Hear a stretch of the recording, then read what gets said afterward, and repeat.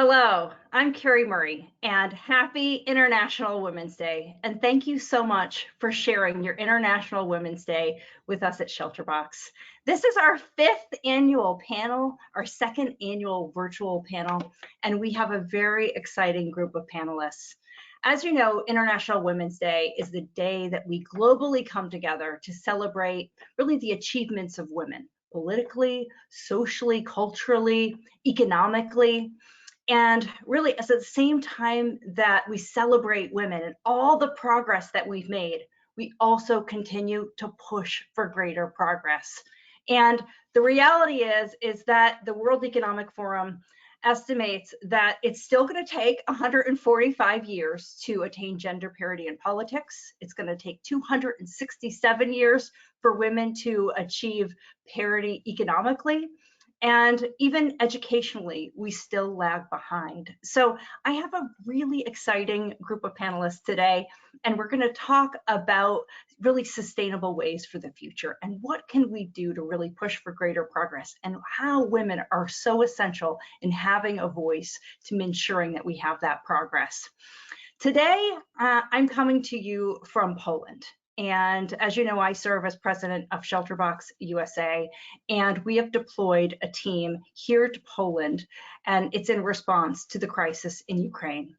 And I have been here working alongside our incredible response team, logistics, supply chain professionals, safety and security professionals, and shelter experts, as we look to find the efficient and effective ways that we can help here in the crisis. I'm going to share a little bit of a Ukraine update quickly with all of you. This has been a really fast-moving and complex problem.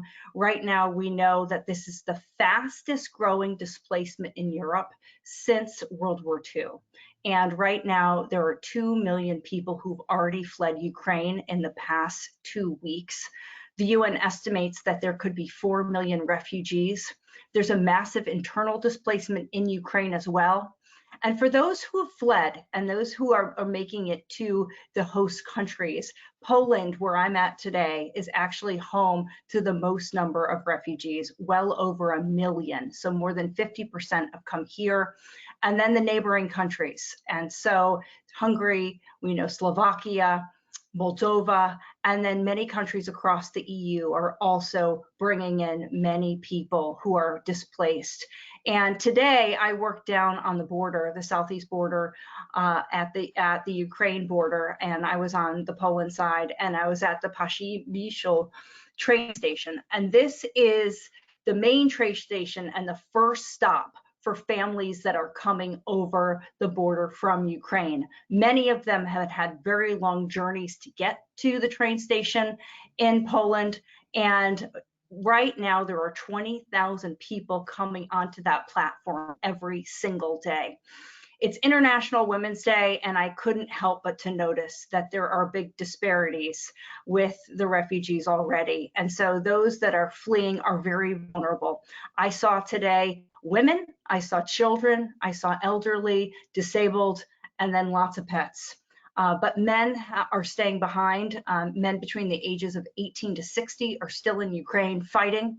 And so these women showed up very vulnerable, and children and elderly, and they showed up with just clothes on their back and maybe a very small bag. I talked to several people that took 5+ days just to get across the border. They haven't slept, they haven't showered, and now they don't have a place to call home. So ShelterBox, as a humanitarian organization, works on the provision of emergency shelter and basic supplies to set up households for families who've been displaced by conflict situations as well as natural disasters. But the fastest growing piece of our work has been in response to violent conflict, situations like the crisis in Syria, where ShelterBox is responding for 10 years. Also, a new project for us is in Yemen, also one of the worst humanitarian crisis situations of our time. So this is the work that we do at ShelterBox, and we know that there's been a massive displacement out of the country, but there's also a massive need within Ukraine. And so at ShelterBox, our teams are here in Poland, and they're working with other humanitarian agencies. We're feeding into the logistics cluster, and we're actively working to really understand how we can be most helpful in this response. So we're looking at a variety of projects right now. One is in Ukraine, very different needs there. We have several tens of thousands of people who've been displaced from their homes to evacuation centers, but many people also sheltering in their homes, damaged homes, or homes that have been destroyed.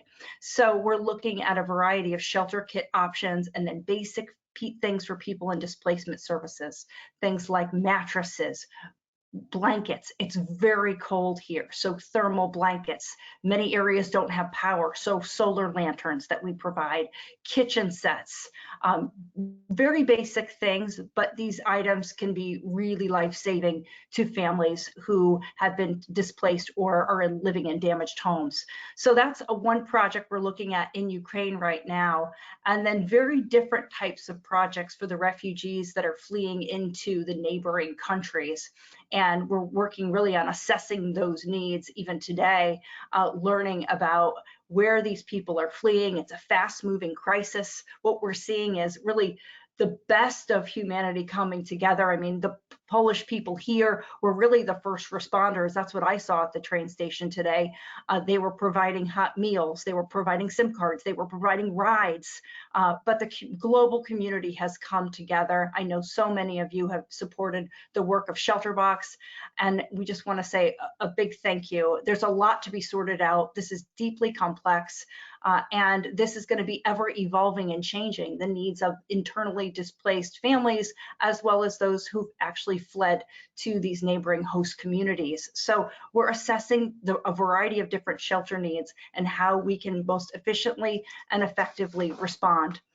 I met many people today, but I think one that really stood out to me was meeting a woman and her 10-year-old son. And Julia traveled for 5 days by foot, by bus, and then by train. And she hadn't slept, and she was with her 10-year-old son outside of the train station when I met her. She was forced to leave and flee without her 22-year-old son, who had to stay behind. And when I asked her what is her biggest concern and what does she need most, she said, I need a place to sleep. And also she said, I need a place to shower, and I'm not even sure which one I need first. And so we know that these folks, the first step in recovery process is a roof over their heads and basic things to set up household. So we're going to be working really hard at ShelterBox to determine the ways that we can help in this growing crisis situation. And it's growing each and every day. The train station I was at, is that platform has 20,000 new people arriving every day, and the UN said that that can continue to grow. So we'll keep you posted on our work in Ukraine. But I will tell you that women are often disproportionately affected in disasters. They're more likely to die than men. They're much more likely to experience gender-based violence. Women and girls are much more likely to be out of school.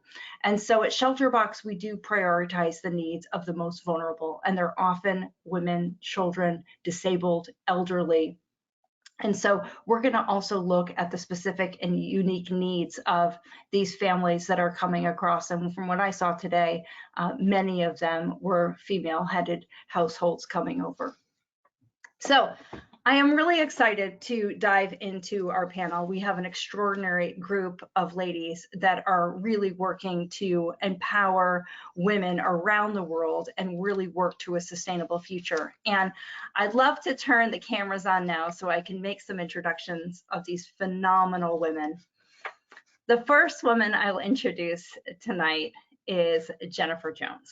And Jennifer is it's really amazing. I'm a Rotarian, and this June of 2022, Jennifer will become the first ever woman president, female president, in the 117-year history of Rotary International. Rotary is one of the oldest service organizations in the world. There are 35,000 clubs representing 1.4 million Rotarians. And Jennifer is going to serve as the first female president of Rotary International. She is a former radio reporter. She learned about Rotary by covering some of its meetings when she was a reporter at a time when women couldn't be members. And then since she's become one of their most impressive leaders and is making environmental and sustainability a priority and empowering women pillars of her tenure of her presidency. She is also the founder and president of Media Street Productions, a 25-year-old award-winning media company in Windsor, Ontario, and she is a proud member of the Rotary Club in Windsor Roseland. And Rotary, as many of you know, is the official project partner. ShelterBox is the official project partner of Rotary International in disaster. So we work hand in hand with Rotary every day. And Jennifer, we're thrilled to have you on the panel today. So thank you so much for joining us. Next, I'd like to introduce you to Corley Kenna. Corley currently leads and is head of communications for one of my very favorite brands. And she's head of policy at a company called Patagonia. And it's one of the world's leading outdoor gear companies, in addition to making some of the best climbing and hiking and surf and ski gear. Patagonia has really established itself as an organization that does the right thing and leads by example. And it drives sustainability and drives business practices that really drive sustainability, but while also ensuring its profitability. So it's one of really the mavericks. Corley also serves as the advisory board member of the Kersey School of Public Policy at the University of New Hampshire and is a board member of the Regenerative Organic Alliance, the Outdoor Policy Outfit, and the Civil Rights Tours of Atlanta. And she has an amazing background, political background, which we'll learn about, including working for Hillary Clinton. And then finally today, I want to introduce you to another Santa Barbara native, and her name is Linda Eckerbom Cole, originally born in Sweden, but she's been living in Santa Barbara for many years, and she is the founder and executive director of Africa Women Rising, a nonprofit dedicated to empowering women. Linda has spent most of her life either in Uganda or in the US, managing complex emergency operations, including in Angola, Mozambique, and she is really a rising star on several issues related to literacy and girls' educations and working with female refugees in conflict and post-conflict situations. She's a Swedish national with Berber roots and has really extensive on-the-ground field experience. So Linda, thank you and welcome for being here. We appreciate it. So I want to talk about empowerment. A big part of International Women's Day is empowerment. And I think it's really important for us to come together to talk about these issues so we can make progress. So Jennifer, I want to start with you. As you navigate your upcoming presidency as the first female leader of Rotary International, you have a lot of initiatives to focus on relative to the advancement of women, both within the organization and in many communities that Rotary serves. Can you share with us a little more about these initiatives and how they're helping to build female empowerment, and maybe a few stories to go along with that? Well, thank you, Kerri. And before I get into any of that, let me just say how incredible it is to be with all of you today, but more than anything, to hear your direct report from the front line. And, you know, we can all watch through television, through social media, through different opportunities to connect. But hearing your stories in real time of what you've experienced today paints an incredible picture for all of us to understand. And so I just want to say hats off to you for being there right now, along with your team, providing that immediate, real-time, life-saving opportunity for women, children, men, and even, as you said, pets. It is an incredibly disheartening time for all of us around the world to look and sometimes feel helpless, but knowing that we can be in partnership with organizations like ShelterBox to make sure that we are activating things in real time gives us all, I think, a little bit of comfort. For Rotary, we rely on our partnerships with frontline performers because we sort of are more on the medium and long-term sustainability side of things, where right now with the situation in Ukraine, we have activated our foundation to be able to collect funds, to be able to put them right back into the surrounding countries as well as the Ukraine to help create some of the stability they're going to need going forward. And so around the world, one of the things was of great interest to me talking with with Sanj, CEO Sanj from ShelterBox a couple of months ago, was he was sharing about how in real time during the pandemic, when ShelterBox, when every single one of us was in lockdown, that because Rotary clubs exist in the places where all of these disasters happened, that a lot of our members were able to help execute and be people of action on the front line to help ShelterBox get to people. And many of those folks that I'm talking about are women, and getting into the front line, making sure that we're doing things to solve the world's most pressing challenges. And so from a story perspective, one of the things that I will be championing and our organization is putting at the forefront right now is our diversity, equity, and inclusion initiatives. So I will be spending a good portion of my presidency over that year focusing on an impact tour and going to 8 different specific locations as part of this specific impact tour to help raise up the stories of women in particular, and many of the things that they're doing to change their communities and their world. We're going to be looking at vaccine issues. Kerri, you and I talked a little bit about that. You've got a past in the vaccine world, so we're going to be looking at HPV in the South Pacific Islands and a massive undertaking of Rotarians there to immunize children. We're going to be looking at different menstrual issues across different parts of the globe and how we can empower young girls, because when we empower young girls, we empower women. And so education, literacy, water, all of the things that we focus on become part of that tapestry of creating peace in our world. And so looking very much forward to the rest of the dialogue and the conversation with everyone else. So Jennifer, you mentioned menstruation, and I know that you had mentioned a program you were involved in Mexico. Can you share a little bit more about that program and why it's so essential? Sure. So I was there just about 2 weeks ago, and a number of women in this area, Aguascalientes, where I was at, have chosen to take on this project, creating reusable, sustainable menstrual pads, and all varying sizes for women and for young girls. And part of that is obviously the aspect of doing things that are better for our environment, making sure that they're reusable, but the bigger issue is making them accessible and making sure that they get into the hands of young girls and women who sometimes are prohibited from doing things in everyday life just because of tucking themselves away while they're having their menstrual cycle. And so this is a really incredible opportunity to raise up women, to make sure that they're educated, because when they're educated, then they can educate their families and their communities. And we know that that is a big part of the cycle.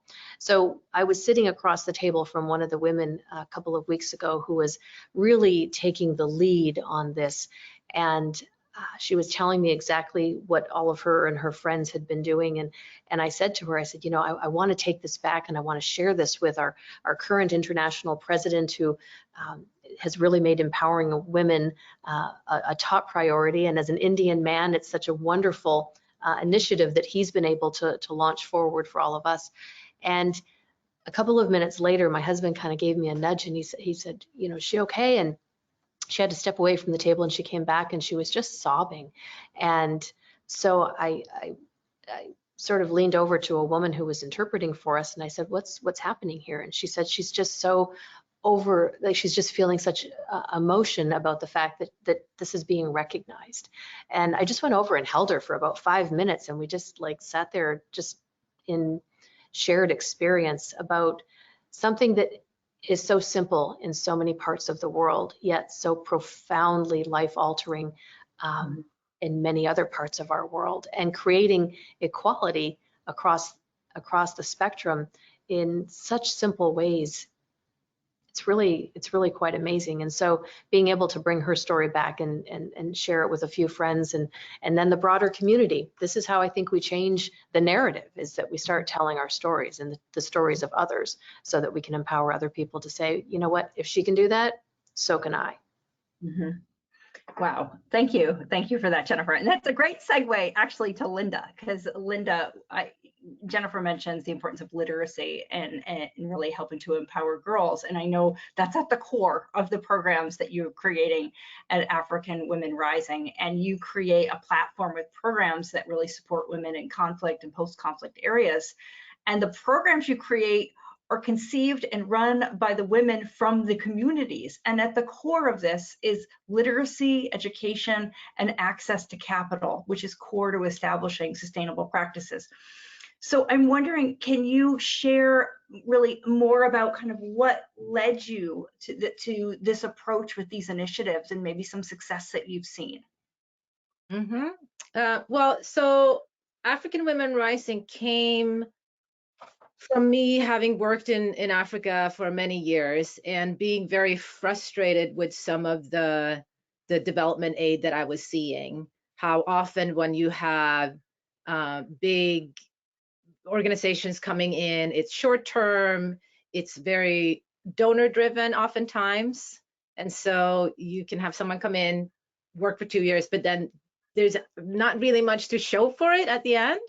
And the whole talk about community involvement, it oftentimes is just a box that organizations check off, and it doesn't have real meaning to it. And I felt I didn't want to be part of that. And the only way for me to create difference was to come up with something else. And so that's how African Women Rising started. My background is working with women in conflict and post-conflict areas in Africa, so it was natural to continue that. Women and the reconstruction of lives is they're often at a disadvantage, and so the organization is focusing on those that are most vulnerable in the communities, and it's often women and children. So right now we're working with about 20,000 women in northern Uganda. We work primarily in the communities up there and also some in refugee camps. There are about 1 million South Sudanese refugees living in northern Uganda. And just like you said, our focus is on access to capital through microfinancing, agricultural support, and adult literacy. And then we also support girls' education, especially making sure that girls stay in primary school. So that's just really briefly what I do. And Linda, you employ a lot of women, right? The beneficiaries of the programs as well. And how many is it?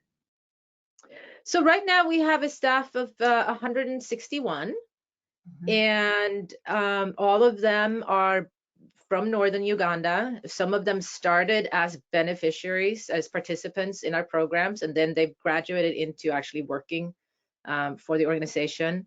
We hire many refugees to do work in the refugee camps. So the organization is a lot about providing training and building capacity of people, not just the participants in our programs, but also our staff. Wow. Wow. And is this true that you found your way to Africa because you answered an ad? It's true. I was 18.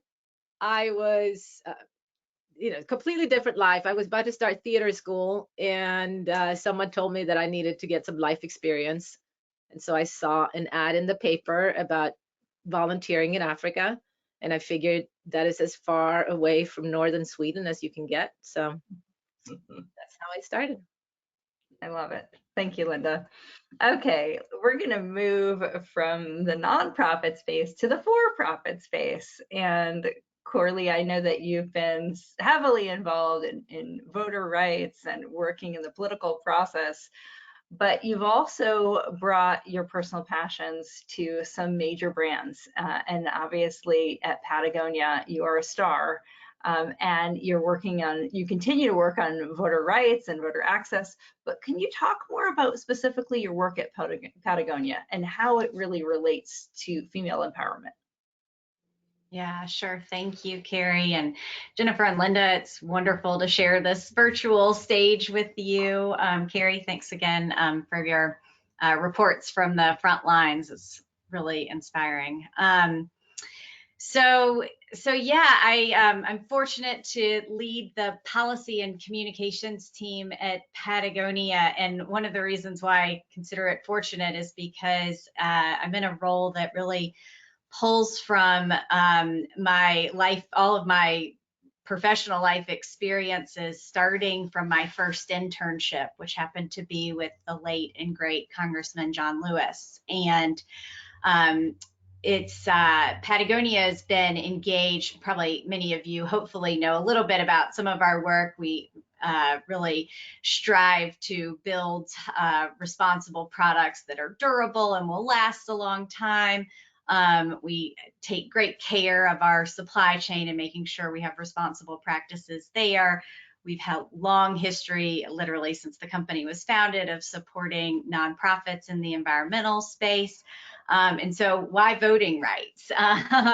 Voting rights is important and something the company's been doing since before I was there, because we think it's foundational for all of that work. And but since I've been at Patagonia, I've tried to supercharge it a little bit. And so for the past 5.5 years, I've really worked to build a movement for companies across this country, just signaling to CEOs that you really can do something regardless of your politics and the policies you want to see in office, but that as a CEO, you can do something to strengthen our democracy. And that's simply by helping to educate your employees about the importance of voting and then making sure that they have time to vote. And then we also try to take that a step further with our own Patagonia community and work really hard to share information about what policies we think will do the most to help protect the planet and support thriving communities. We think sort of ultimately that this kind of work, just can help drive the change that we think is needed. And this year, one of the things that we're doing, which is a little different, a little new take on what we've been doing, is to really focus on 18 to 25-year-old voters, particularly voters of color, and also for hourly workers, and especially hourly workers hourly workers and those living with disabilities. And that's because we've seen in this country, of course, 19 states working really hard to make it difficult for people to vote. And so we are trying to create a program to push back on that as best we are able. Mm-hmm. And Corley, what's your background in voting rights? Does this come from your parents?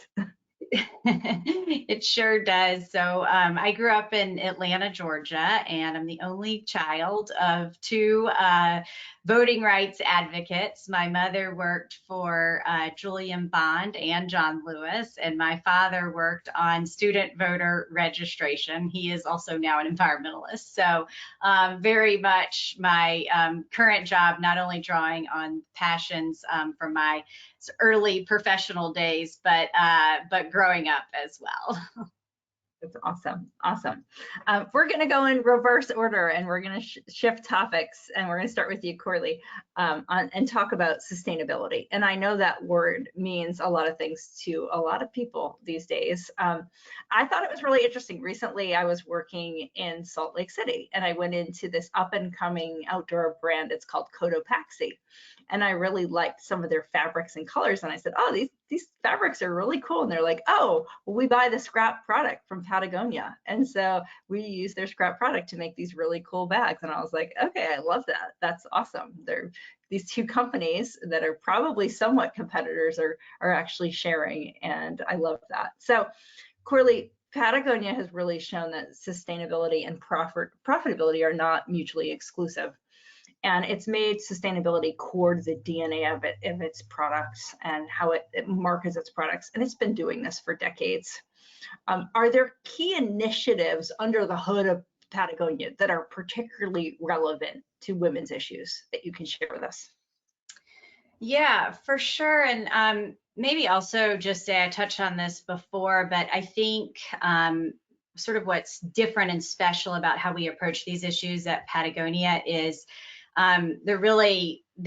they start from when our company was founded and our founder wanting to have a different approach to doing business, but also very much have evolved over the years. And I think what really gives us an ability to be so purpose-driven and so deliberate in our environmental and community initiatives is because truly every employee in the company is hired against this idea that we're in business to save our home planet.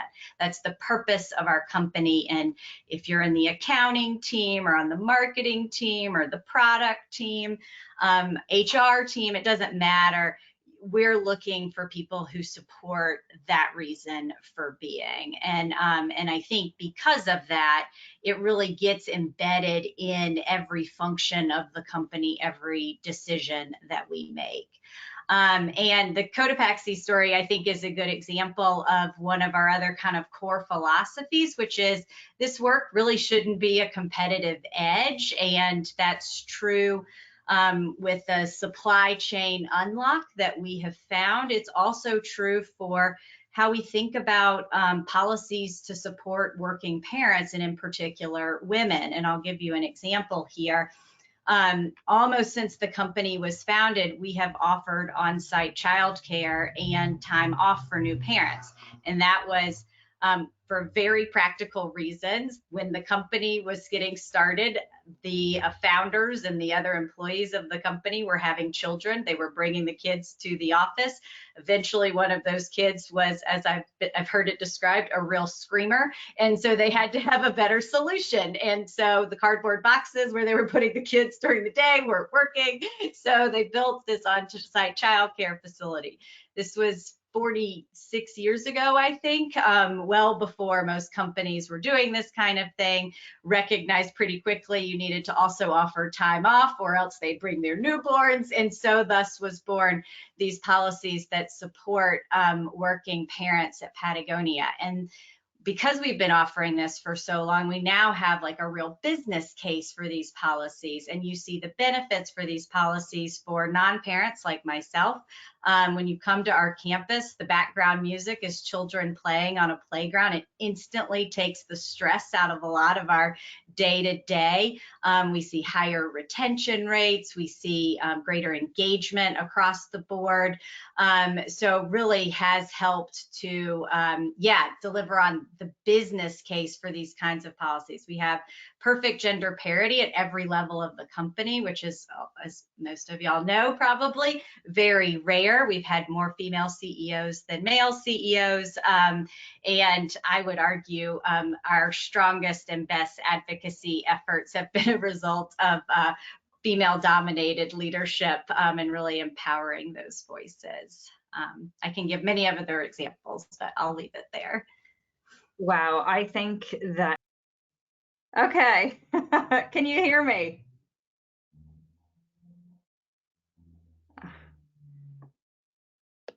Can you hear me?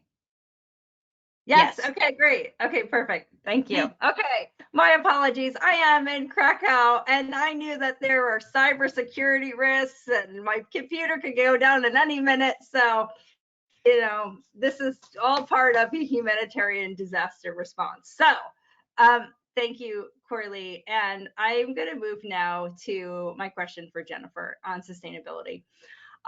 Rotary has so many programs of focus dedicated to things that really improve the health and lives of people all over the world.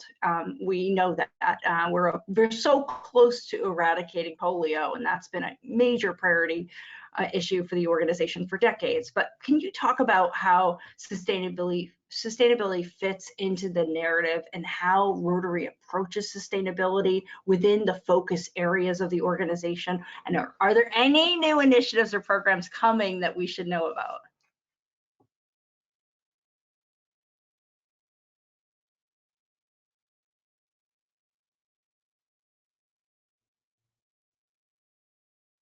Perfect. So specifically to your question, one of the things that we've been spending so much time on lately, and I believe it's probably something that is of like mind for all of us, is actually focusing on impact.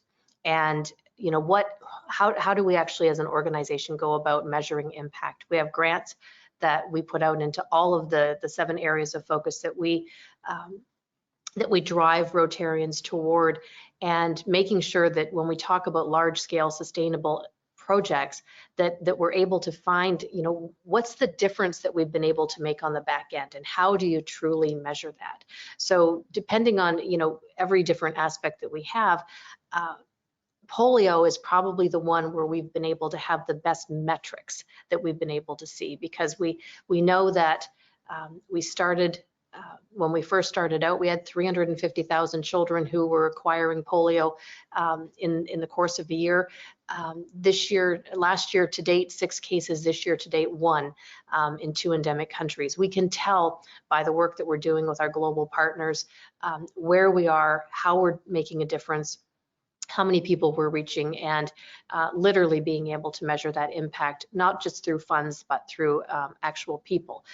The polio effort is one where I do want to point out the aspect of the female frontline aid workers has been an imperative to being able for us to get this job done. And in the 2 endemic countries that we're still facing, Afghanistan and Pakistan, last week I was sitting in a board meeting when we received word that there were 8 aid workers that provide immunizations to children that were assassinated on that day, and 4 women, 4 men. And these are people out on the front line just putting their lives at stake to make sure that children are receiving these life-saving vaccinations. And you just, I think all of us, we pause in moments like you're in, Kerri, when you're meeting people that are dealing with literally life and death in real time. I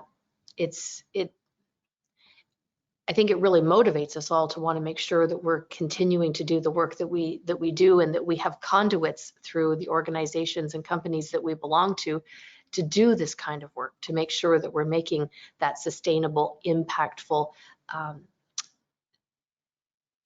change, if you will, in our world. And so, I mean, I could give you countless examples as we move toward education, or we move in talking about peace, or we move in talking about clean water, et cetera, et cetera. All of the things that we focus on at the end of the day are really the pillars towards building peace in our world. And one of them doesn't exist independent of the other. If you are educating a young boy, a young girl, then, bringing them the tools of literacy, they're able to then better empower themselves with the whole cycle of whether that's clean water. If they have clean water, they can be educated. If they have education, they can work on bettering their community. If they better their community, we can create peace. So it's very much a holistic approach that we take. But at the end of the day, that impact word is probably the one that we're striving to get so much better at. Mm-hmm. So, Jennifer, I can't talk about sustainability and not mention the environment, and particularly Rotary. It's in 200 countries. It has a massive influence. It's a massive service organization with really committed people, really trying to drive sustainable practices. So can you talk about protecting the environment and any specific initiatives that Rotary is really driving to strengthen the conservation and protection of our natural resources? So yeah, great question. About 2 years ago, we started to take a serious look at making the environment one of our areas of focus. When I say there were 7, we only had 6 until that time. And so, as we do, we form a task force and we look at, what are the right ways to move this forward? Should it be included as an area of focus, or do we weave it into the tapestry of each of the other ones? As we had seen from looking at past metrics, the environment was woven into many things we did with community and economic development, with peace development, with water, education, etc. We, as a group, decided to bring forward to both of our boards the recommendation to make it a top priority for us. And we could tell, based on, again, metrics and impact, that we had already, our Rotarians had put their voice forward by supporting projects that had, up to that point, an impact of about $18 million in the community. So not a big amount, but not sizable in a global spectrum. So now what we've done is taken the environment and said, no, it's a priority. And one of the struggles and challenges that we had in framing how exactly we were going to go forward with this was the global conversation about even including the words climate change. And as a non-political, non-religious organization, those words can have political, can be politically motivated. And at the end of it all, we realized we are about doing good in the world, and that we need to challenge our members to do the right things in our communities, in our in our countries, to make sure that we are affecting our climate. And that's not a political move. What it is it's the right thing for our planet. And so we have Rotarians that are rising up doing incredible things, whether that's helping to clean out oceans and rivers, whether it's tackling waste. There's a myriad of different ways that are planting trees, all different kinds of ways that are being done. But tackling it in this impactful, large-scale, sustainable way has got to be the hallmark of where we steer our members, and that's the kind of things that they're starting to work on right now. So it's a really exciting time for us as we really take an assertive move forward and saying that this is something that is important to us and to our planet. There is no planet B. We only have a planet A. Mm-hmm. Well, you'll be happy to know that the Montecito Rotary Club, we do a lot of beach cleanup volunteer days. We try. Linda, I want to talk to you about another hot topic in the humanitarian aid world, and that's the push for the decolonization within international humanitarian aid. And can you share a bit more about the shift and why it's so important to creating a sustainable impact within the communities that you serve in, and your role as a white woman, and how it's impacted how you approach your work in Uganda? Absolutely. Well, first of all, I mean, part of the whole reason why I started African Women Rising was to help start that shift and be part of that shift, where it is not necessarily about what the Western world think is important for these communities, but it's giving opportunities for communities themselves to lift them out of poverty. And the whole decolonization process that is going on now is fascinating, and different organizations take different approaches to it, but it's basically making sure that organizations in the South have leadership that comes from the areas where they're working, that we have equity in the way that we look at resources, that we make decisions not based upon where your office is, but your knowledge and your awareness in these communities. And a lot of historically what we've seen is, like I was talking about in the beginning, is you have very donor-driven development or humanitarian aid, and it's not always what people need or what is helpful, and that it's based upon how do we keep the dollars, I mean, what it really comes down to it is development aid becomes a business, and it's not about what is good for the people that we're working with. And so that's what I see a lot of the decolonization is part of bringing it back to what you were talking about in the very beginning, the best of humanity, right? And it's going to take a lot of time, but there's a start. There's a lot of people who are recognizing this as something that we need to deal with if we really want to create good change in the world. Yeah, absolutely. And I see it translate a lot into our work at ShelterBox in so many ways. One, we have moved so far beyond just the box, and it's really about meeting the unique needs of each disaster or conflict situation. And it's the beneficiaries telling us what the specific needs are, and very customized and culturally appropriate aid packages that we're now building. Also, it's hiring female humanitarians and aid workers in the field that are representative of the communities that we're serving. They're part of these communities. Even our complaints desk, when we do monitoring and evaluation, we have a female present that people can go and complain to, because women receiving aid packages might not feel comfortable going and sharing any discontent with a male. So we're seeing it play out in lots of different ways in our work at ShelterBox as well. Yeah, no, when I started African Women Rising, I spent the first year just going around listening to people. And I had so many good ideas about what I thought was important here. And I've done this work long enough where I realized that it's not about my ideas. It's not about what I think it's important, but it's, you know, keep my mouth shut and listen to what people are telling to me. Exactly. And that's what the whole organization is based upon. You know, initiatives that were started by the women themselves and that they identify as important. Awesome. Thank you so much. I'm going to move on to our third and final theme, which is political action and women leadership. And on International Women's Day, we celebrate the progress women are making politically as well. And each of you inspire young women to step in the direction into more leadership roles, and that's fantastic. But it's not always as easy as it sounds. It's hard. And so I want to dive a little bit deeper into your experiences and challenges closing that gender gap. So we're going to start with you. I understand your programs founded by Africa Women Rising, and this is one of the questions we received in advance.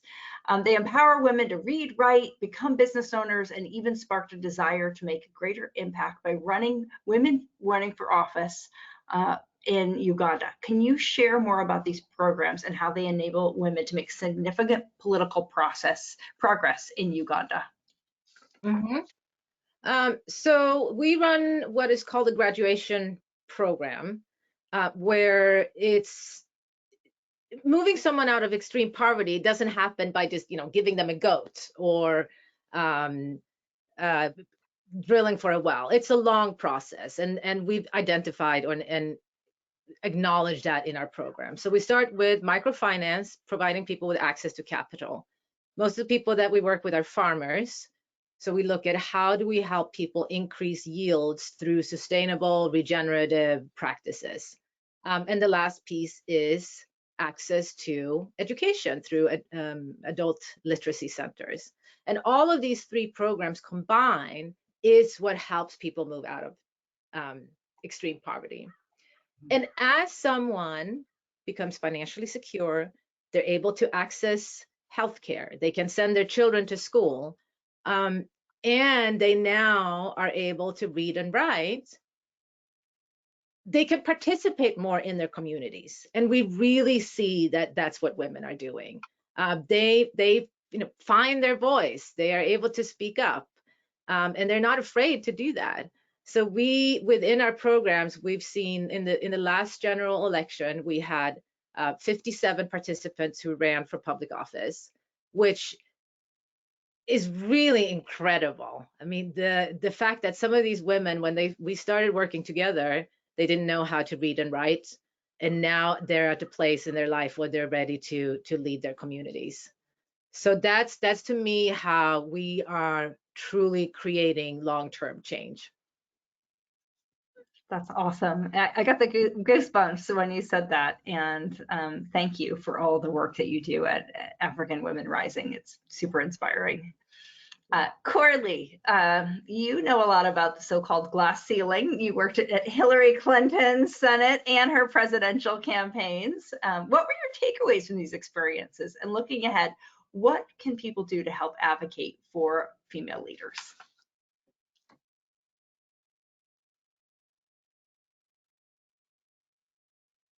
Okay, sorry, it was not letting me unmute.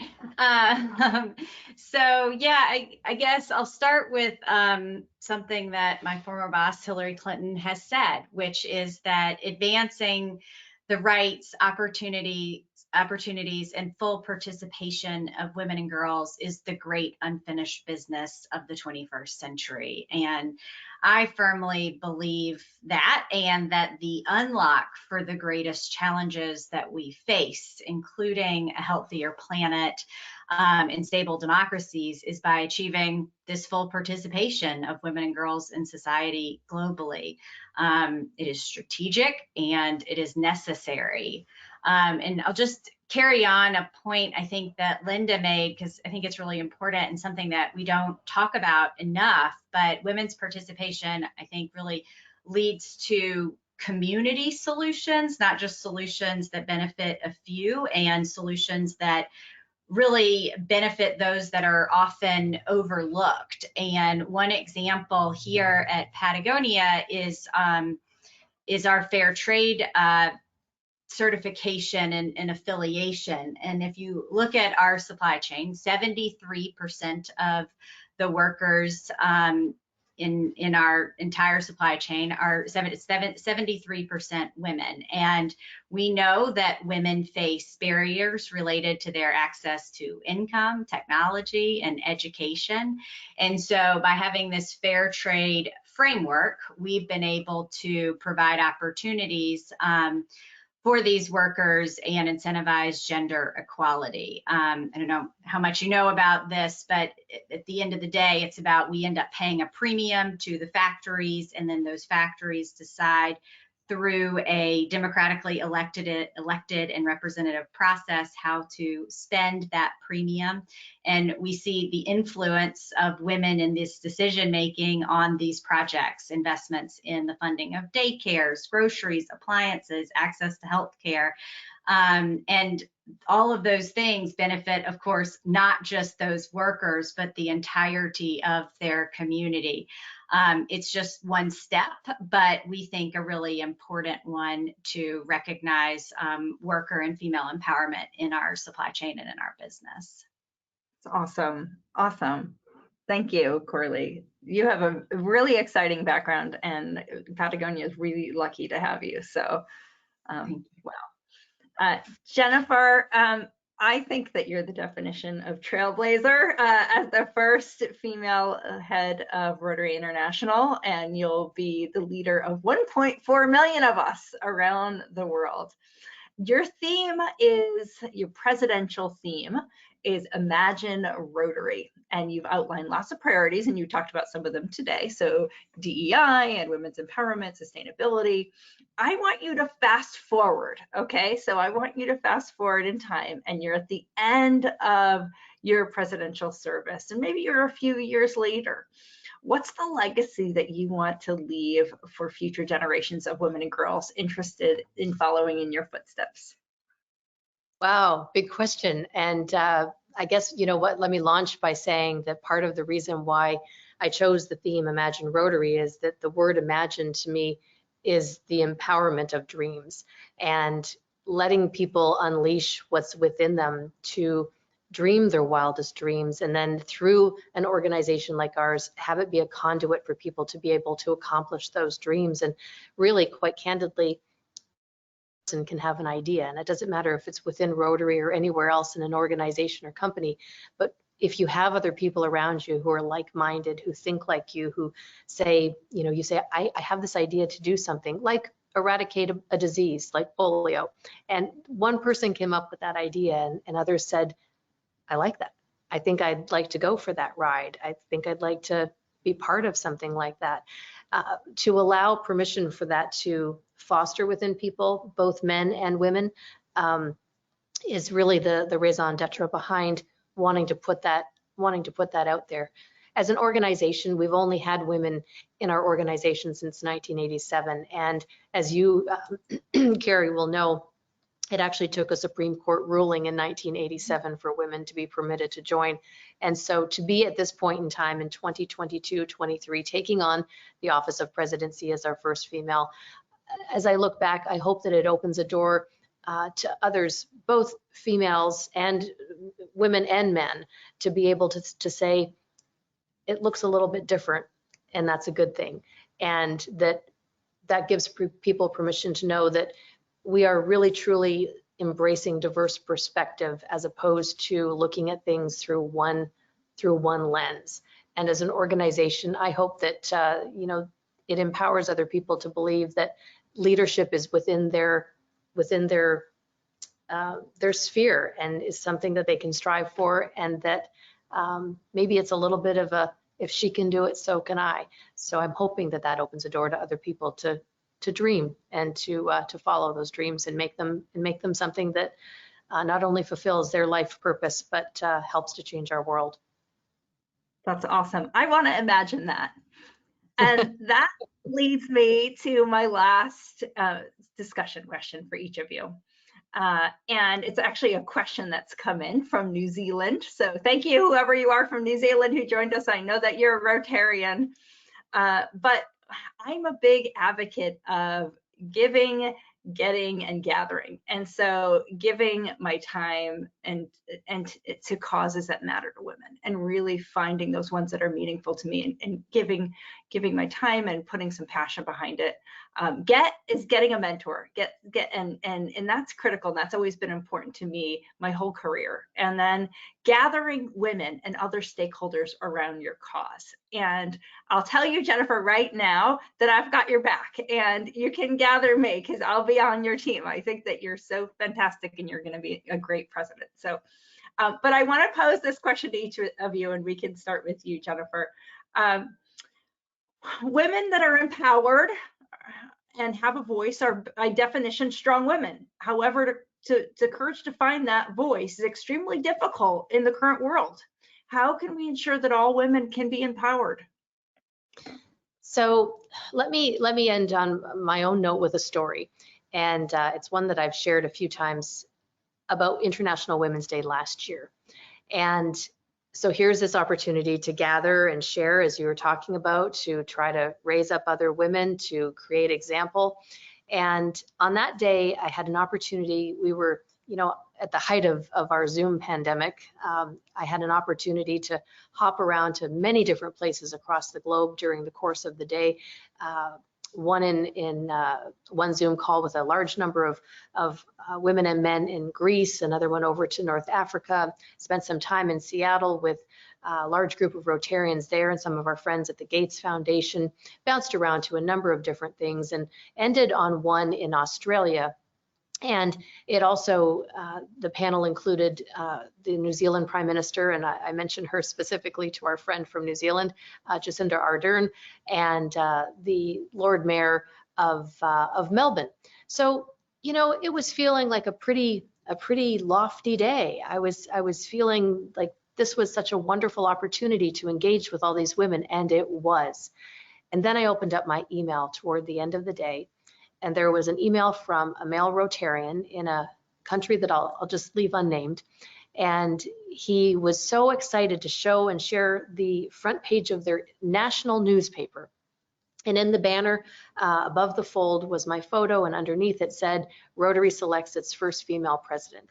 And I thought, wow, that was kind of a neat thing to see. And so I started perusing around the rest of the paper, and there was an article on the front about a court ruling in that country that had happened that week that prohibited women from working in the court system in a specific role because they menstruate.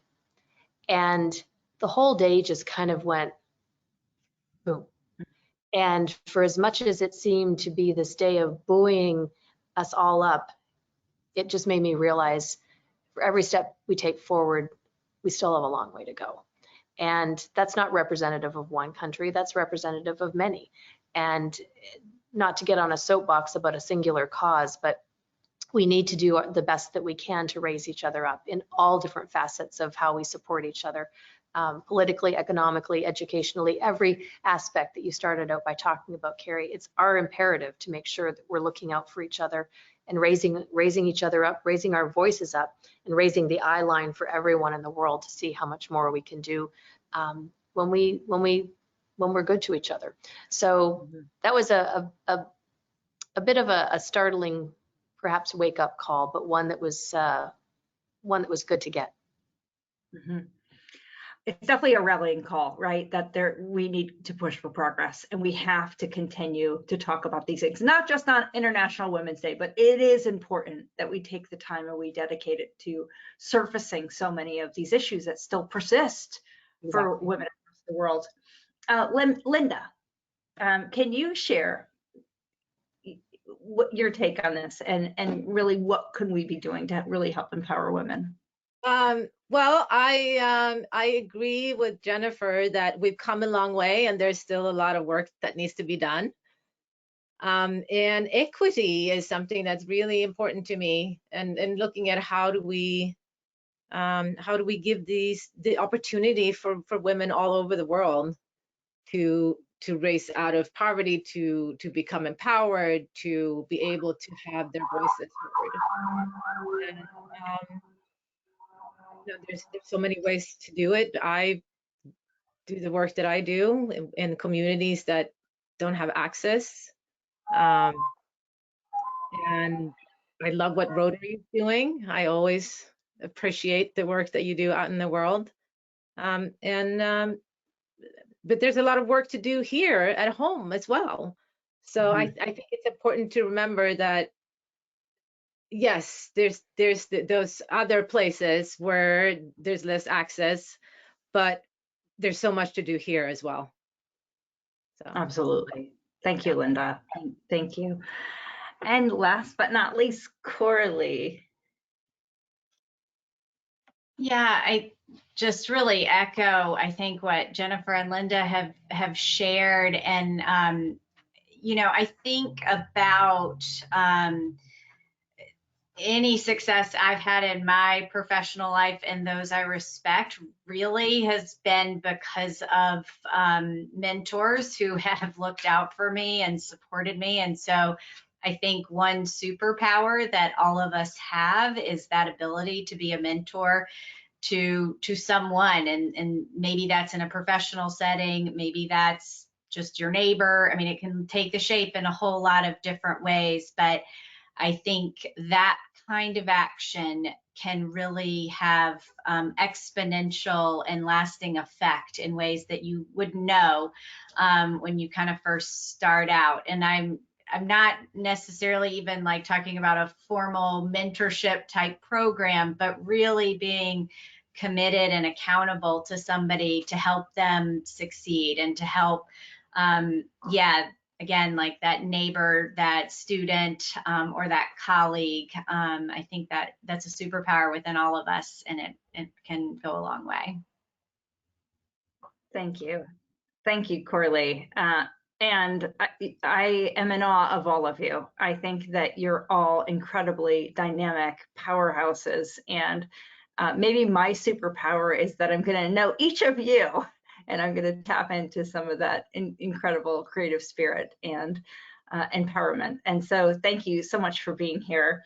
On a closing note, I know there are many questions we didn't get to, and we'll try to answer a lot of those offline. But I wanted to mention that we had a late breaking match gift in honor of ShelterBox's work on International Women's Day. And I want to say thank you to a Rotarian ambassador, Pam Pine, who has generously provided a match gift today for all donations up to $20,000. And she sent a note in, and I want to read this. And she said, I'm really moved by International Women's Day and what you're doing in light of the crisis unfolding in Ukraine. And in honor of all the women, especially those who struggle to keep their families together in times of displacement, she supports the work of ShelterBox. So Pam, thank you so much for doing that. You didn't need to, and you did, and you stepped in a big way. So thank you so much. And for many people who clicked that donation button today, we appreciate it just so much. So thank you for being here. Ladies, it was fantastic to have you. Thank you for bearing with me and the technical difficulties here in Poland, but that's what happens when you're doing disaster relief work around the world. So thank you for your time and attention, and all of you who joined today to participate in our International Women's Day event. We appreciate you. Thank you so much. So have a great night, stay safe, and thank you so much. Happy International Women's Day.